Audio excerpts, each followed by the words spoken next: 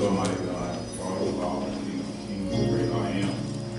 We come before you as your servant, Father. We say thank you for your blessing, your favor, and praise. Thank you for getting into the Father. Thank you for just blessing me to be your servant in this last day. I pray, Father, that I stand before your people, the sheep of your pasture.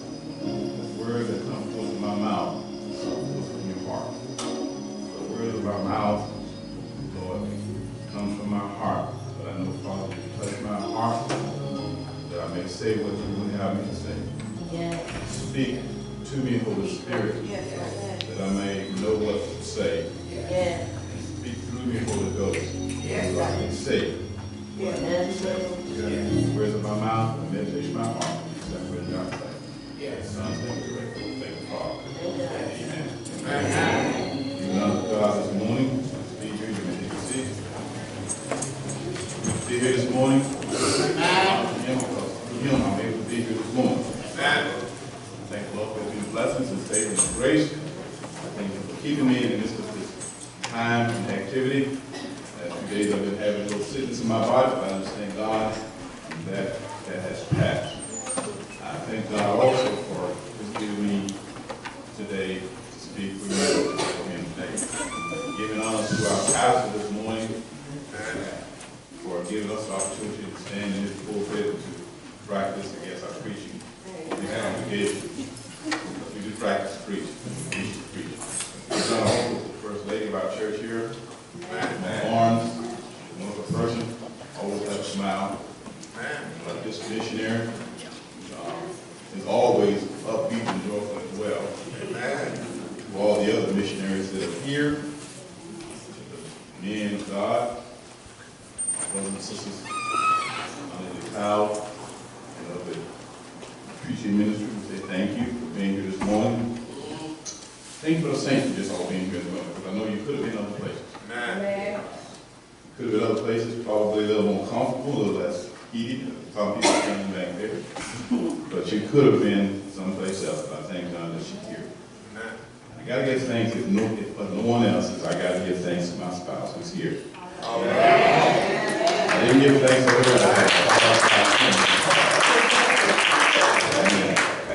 A lot of people, when they talk about their spouses, they say that this is their better half. Well, I can't say that, because I give her credit as being 3/4. A better 3/4. A better 2/3. I sometimes call her girlfriend. When we were little kids, little guys going around, we used to see a little girl with fancy. She said, "That's my girlfriend." That's my girlfriend. And my best friend. Thank God, thank you for her. We've been best friends for 45 years.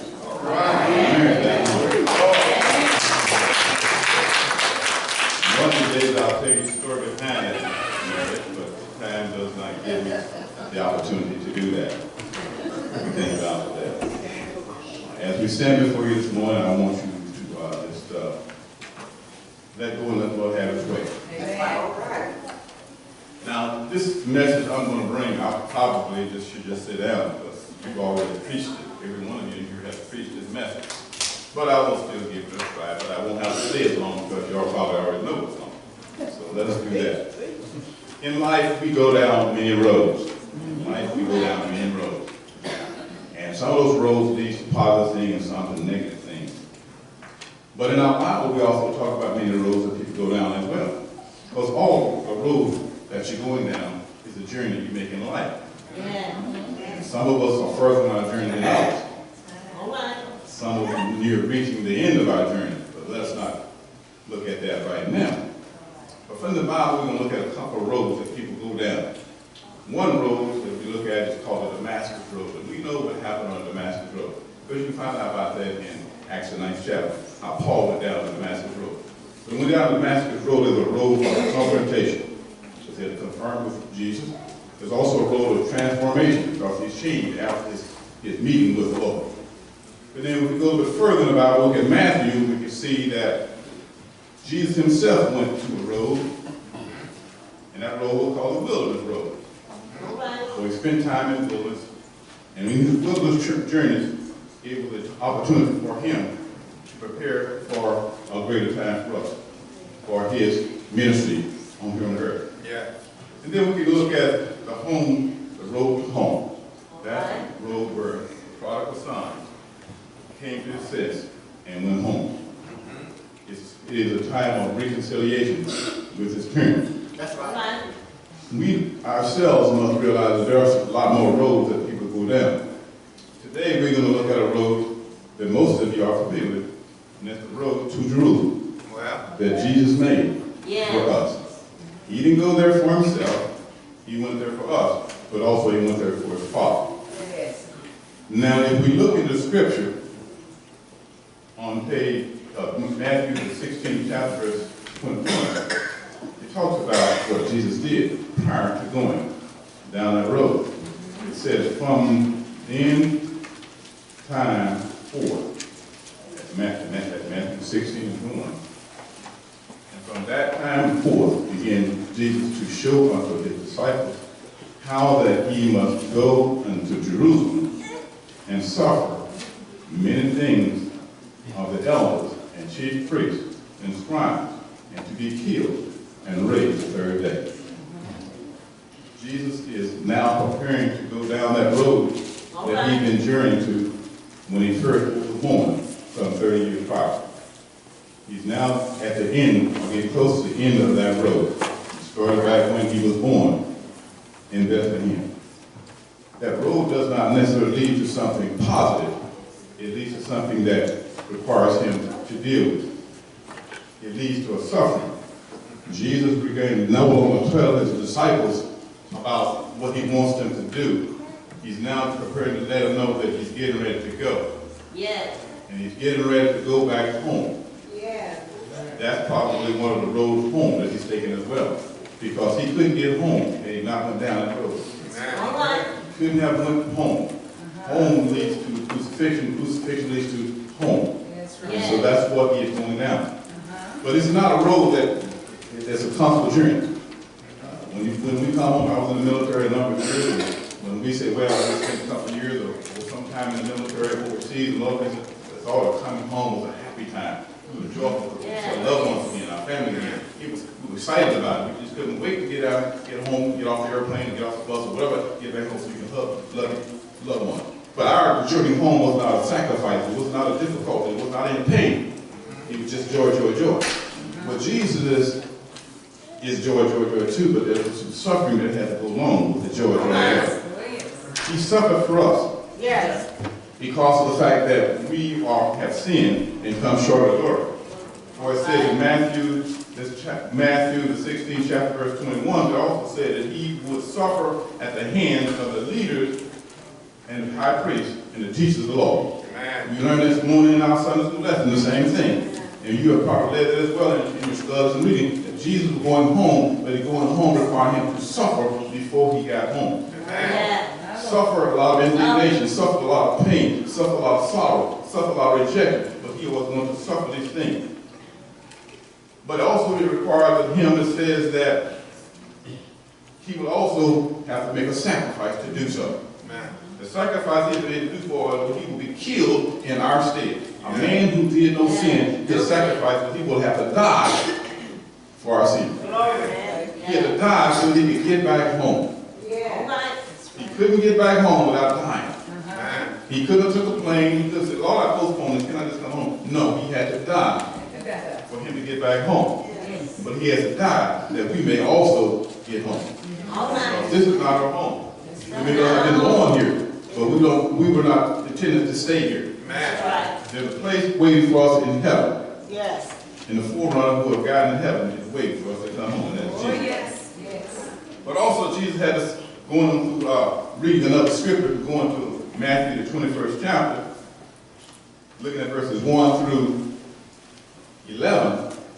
This is a description of Jesus making that journey to Jerusalem, the Jerusalem road. And if it begins to read the first verse of chapter 21, it says, and when they drew nigh unto Jerusalem, and were come to Bethphage, unto the Mount of Olives, then sent Jesus two disciples, saying unto them, Go into the village over against you, and straightway ye shall find an tied in a coat with her. Loose them and bring them unto me. And if any man say aught unto you, ye shall say, The Lord has need of them, and straightway he will send them. Verse number 4. All this was done that it might be fulfilled, which was spoken by the prophet, saying, Tell ye the daughters of Zion, Behold, the king cometh unto thee, meek and sitting upon an ass, and a coat that form of all ass. And the disciples went and did as Jesus commanded them, and brought the ass and the coat, and put them clothes upon him, and set him upon them. And a very great multitude spread their garments in the way. Others cut down branches from the trees and strewed them in the way. And the multitude that went before and followed cried, saying, Hosanna to the Son of David. Blessed is he that cometh in the name of the Lord. Hosanna in the highest. So we realize that Jesus' journey to Jerusalem required him to go. He had to go. He couldn't have left the earth without going to Jerusalem. Now, in our reading, I found that Jesus went to Jerusalem many times. But this was the one that had to happen. The previous journeys were for purpose and reasons, but he had to take this final journey, this final road to Jerusalem, so that he may be able to complete the mission that his Father sent him on. And when we look at this road is not just a road. There are 4 different characteristics that Jesus experienced on that road. It was a road of humiliation, the road of fulfillment, the road of obedience, and the road of destiny. The road of destiny. So in the first road of humiliation, we realize that the Passover itself was celebration time. Thousands and thousands of people had arrived there for the purpose of celebrating the Passover. It was also a time when people would be thankful for the fact that Jesus had sacrificed for them and made sacrifice for them so they could be released from Egypt. It was also a time when celebration should have took place, but we'll find out there was a lot of oppression still going on because the Israelites were under the leadership of the Romans. So they were probably expecting the arrival of their king by calling Hosanna, Hosanna, Hosanna, expecting now that the king has arrived, that the king is going to take over and they will be oppressed no more. They were believing that his arrival would make things easy. For they many times have seen the great wisdom and work that Jesus performed, and many have also saw the miracles that he performed, and many saw the fact that he had fed 5,000 people with a few fish and a loaf of bread. So that's why they said, Hosanna, Hosanna, save us. But there was a problem that Jesus did not come to save their physical life. He came that they might be saved from their sin. For it was quite a different understanding from their perspective and his perspective of his arrival in Jerusalem. The people saw Jesus as entering as a splendor, as a king coming to conquer.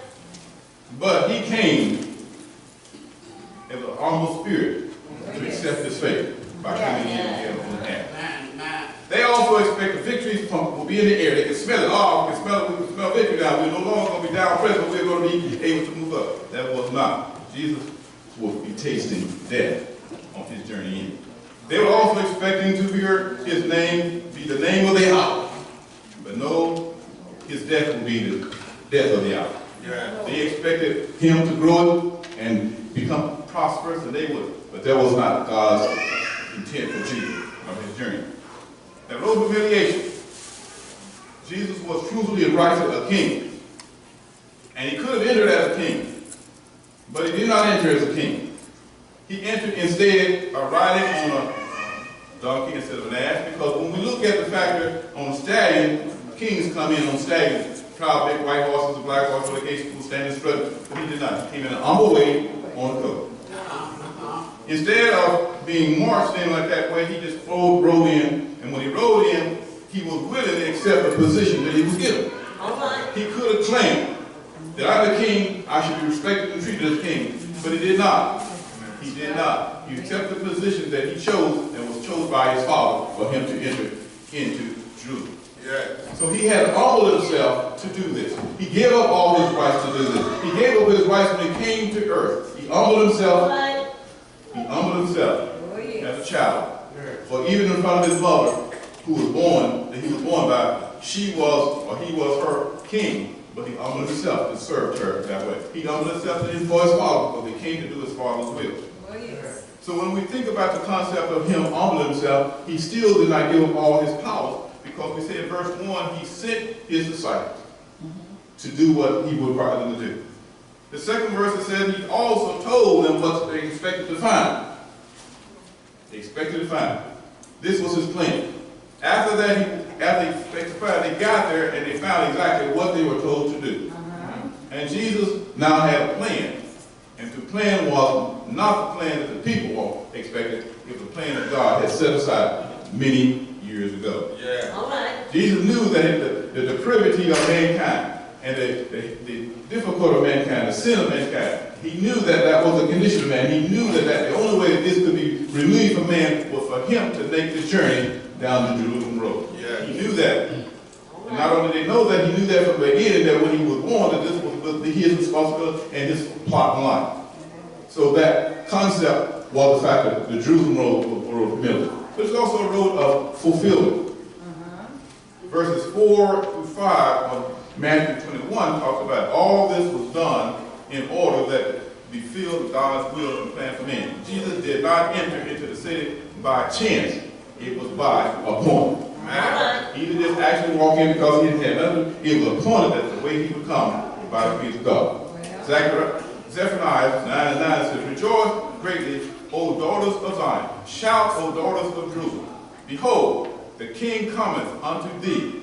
He is just and high and having salvation, lowly, riding in on an ass, and upon a coat of a foal of an ass.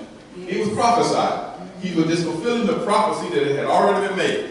But that was not the only prophecy that he was fulfilling as he came into this road of fulfillment. He was betrayed by his friend. That can be found in Psalms 41:9. He was sold for 30 pieces of silver. Zechariah 11 and 12. False witnesses accused him, as we pointed out today in our Sunday school lesson. He was also struck and spit on and slapped. Yes. He suffered in our place. Yes. He was mocked and he was insulted. Yes. But in the midst of that, he still prayed for his enemy. Yes. He was pierced in his side. And many other evidences in the Old Testament that describe that he was fulfilling the completion of the mission that his Father had sent him on. Oh, yes. We will be, and you'll think yourself, well, why would Christ go through all of this? Why would he go through all of this, even though it was fulfilled? Well, to fulfill the divine plan of salvation that he needed for you and me. We couldn't have more come out of this process where we're in had it not been his sacrifice. The road was fulfilled because of the road of love. Not just road for us only, but love of his Father, because he desired to do his Father's will. To fulfill his Father's plan and to oppose all opportunity of evilness, to get rid of us, plus also provide us with eternal life. Had he not did this, we would not have eternal life. He fulfilled the plan that his Father had laid out for him. Now, was he always desiring to complete this? At a point in his time in his life, he felt that it was too much to bear. Oh, yes. Later, when he is on the crucifixion cross, he's going to pray again. Or he prayed in the garden that it was too much to bear. It was more than he could handle. Not that he wasn't going to, but he realized how difficult it was. And so, but he made the sacrifice that said, not my will, but that will be done. If he could have done it another way, he probably would have. But it wasn't to be. He had to go the route that his Father had planned to fulfill the plan that was established many years ago. There is a road of obedience. Yes. To do what the Lord said, he had to come by means of a donkey. He couldn't have come any other way. That's right. Yes. He fulfilled the responsibility and he was obeyed to his Father to do so. You find out that he did not only obey his Father in that incident, but he obeyed his Father throughout his ministry of life. John 4:34 said he came to do the work of God and to finish God's work. John 5:30 says he came not to do his own will. His will was to do what God wanted him to do. Amen. Just before his death, he went to the garden and said and prayed, God, if this cup could pass from me. That was his desire. But he knew that was not to be. But as we go forth, Jesus knew that humanity and salvation was required, and it was dependent upon him going down the road to Calvary that led to Calvary. He knew that. He couldn't go any other route. He knew that. So with that in mind, he said this road is a road of destiny. The crowd was crying, Hosanna, Hosanna, Hosanna high. Would be later, as we already mentioned by the pastor, tomorrow or the next day they're going to say, crucify, crucify, crucify. The same people will pat him on the back and draw him down, all of a sudden wants to take his life. But that was his destiny. The very same people who shared that was also realizing that they were doing things because of the fact that they wanted him to be crucified. If we look at John, the 19th chapter, verse 10 and 11 says, Then says Pilate unto him, Speakest thou unto me? Knowest that not that I have the power to crucify thee and have thee put to death? Jesus goes and says, and Jesus answered, Thou couldst not have no power at all against me, except it was given thee from above. So he even knew that Pilate couldn't stop his destination. Pilate couldn't stop what was going to happen. Pilate had the opportunity to stop, but Pilate couldn't. Because when they were brought before Jesus, when Jesus questioned him, he was found out that he said, I find no fault in him. But the people requested him to be crucified. So he turned him over to them for them to crucify. So he couldn't even stop the process. So he had to follow the destiny that was required by law. He goes on and says, when Pilate saw that he had prevailed nothing, but that rather a turmoil with they, he took and washed his hands and multiplied, and to the multitude he said, I am innocent of this man's blood. Do to him as ye please. So his destiny was to complete the process. Why was it important for him to complete the destiny? And I'm almost finished. Is that the next day John seeing Jesus coming unto him and said, Behold the Lamb of God who taketh away the sins of the world. That's why his destiny. That's why he had fulfilled his destiny. And later on it says, and he said unto him to be sin for all, and who knew no sin, that he might be made the righteousness of God in him. So his destiny was to complete this task. Now in my conclusion, after I'm going to trouble you, it says we too must go down the Jerusalem road. We too will not be spared from the Jerusalem road. We too must go down that road too. Because, and when we go down the road, it's our destiny. It also requires us to be humble. It's going to require us to follow the plan of God. We can't get to heaven if we don't go down the Jerusalem road either. We can't go home unless we fulfill and follow the steps of Jesus. Was it too many? We too much do this. And Jesus made a statement. He said, if any man will come after me, and defy himself and take up his cross and follow after me. For whosoever will save his life will lose it. Whosoever will lose it for my sake shall find it. So it says to me that we got to go down the same Jerusalem road too. So now as we stand, I will point you in the direction of trying to tell you one of these things, that we are going to have to go down that road. There's no way to get out of this world without going down that road. And feel the plan that God has laid out for us as individuals.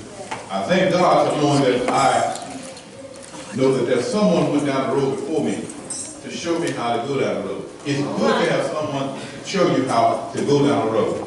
Give you the pitfall, show you what they expect to do, and that's what Jesus did for his disciples. And for us, he gave us the example of how to go down the Jerusalem road.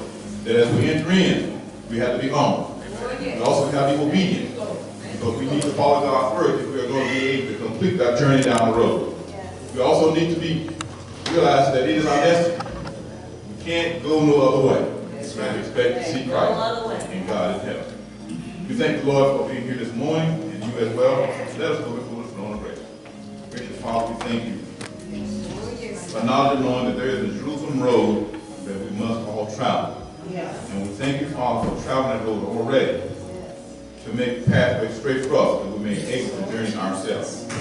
It's a road that's going to be filled with destiny, a road filled with sacrifice, a road filled with being humble, but a road requires us to be obedient when we travel. We know, God, it's possible to make it down the road because you have already made it that road. And we realize great is He that's in us, He's in the world, and we can do all things because you can strengthen us. Yes. We can make it down that road, God, and continue to keep our hand in your hand and ever keep your word in our heart. We said, if we keep the word in our heart, we will not sin against you, and we'll be able to do those things that we are required to do. And we'll hear, well done, well done. Well done. Welcome home. Yes. My children, your journey has ended. So we thank you, God, for knowing that. In Son's name we pray. Amen.